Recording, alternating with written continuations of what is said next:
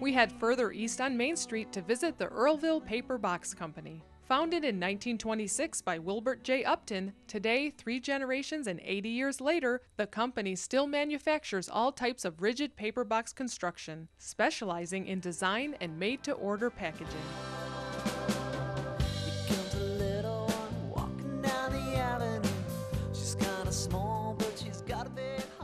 Yesterday, I had the honor of giving away my youngest daughter, Kathleen, to Derek. Their wedding was in Utica, and would you believe one of the presents that they received was this? And would you believe that everything, this cover, the box, the inside part, and this plastic part on the top, they were all manufactured right here in Earlville. What are the odds? Back about 1918 or 19, there was this gentleman from Niagara Falls, Canada, that came here and decided to set up box manufacturing plant.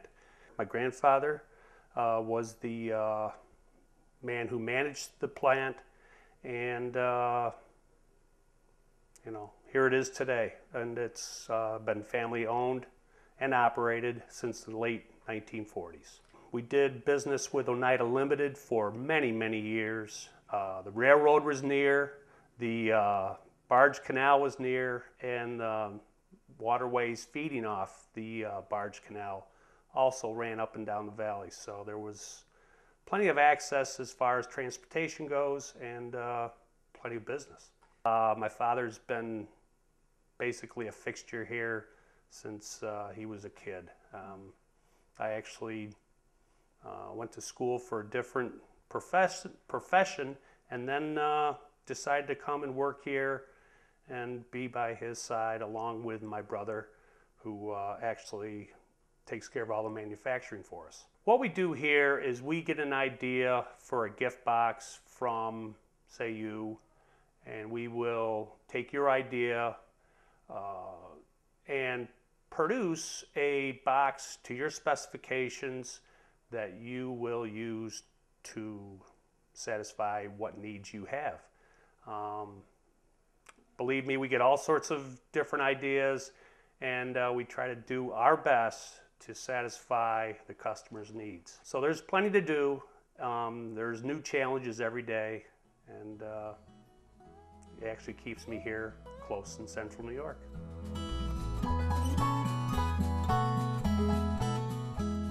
We continue along East Main Street and turn left on Earlville Road. We're getting hungry, so we stop for an appetizer at Jewett's Cheese House. Here we find another third-generation family business.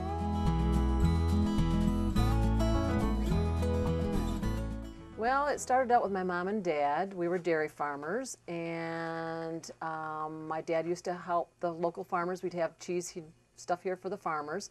And it got to the point where other people were ordering, and it got to be too big for our cellar, and my dad decided just build a small store, and it has progressed as we started buying cheese by blocks rather than pre-cut cheese, and built some warehouses and started aging cheese and just started other products, other local New York State products as well, other family businesses to support each other. And here we are from late 70s to now the year 2008. My oldest son, Chris, has decided that he thinks he'd like to come into the business with me. My youngest son, Randy, when he's home, helps me out. Both boys, I'm more than capable of running the store.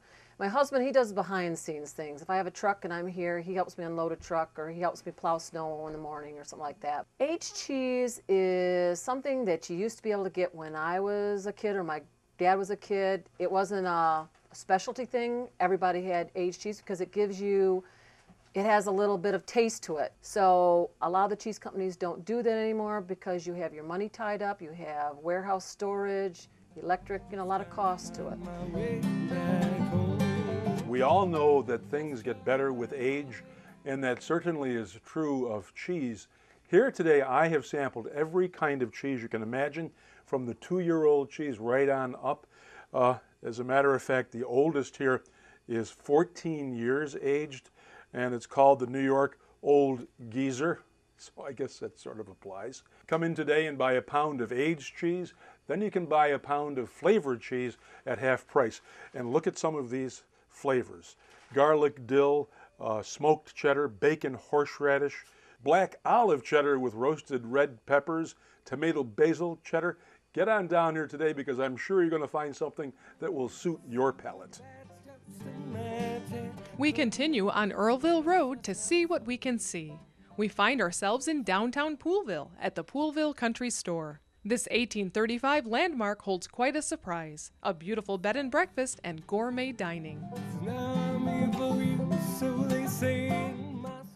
When you're traveling around the country roads near Earlville, go just a couple of miles east because you'll come to Poolville.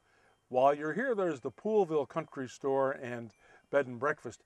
And I thought going inside here that we'd be looking at New York City prices for the food, and it was an absolute shock to find out that prices range from, for game hen, from $18 to the most expensive, which is only $26 for the braised lamb shank that I had. Then there's filet mignon for only $20 to $24. And it is absolutely incredible. It's a taste delight, and you'll be enjoying all this beautiful countryside in the meantime. I've always been from around here and used to ride my bike for penny candy in the original store years and years ago, but I love the area, so I just stayed home. We have a guest cottage, which originally was a butcher shop, and then we have an 1820 Polly Morris house with 2 spacious suites. King beds. Polly Morris was the original owner that had the house since the early 1900s. Oh yeah, they walk in, they're like in Poolville. But you know, where else can you just look out into this beautiful scenic area and have a nice restaurant here? Pleasant setting, charming. Everything here is homemade by Charles, from the bread to the stock to the ice cream. Come here today and order any entree, and Charles and Roger are going to treat you to one of their homemade desserts. It's time for the Cooper Group's road trip. It's time for the Cooper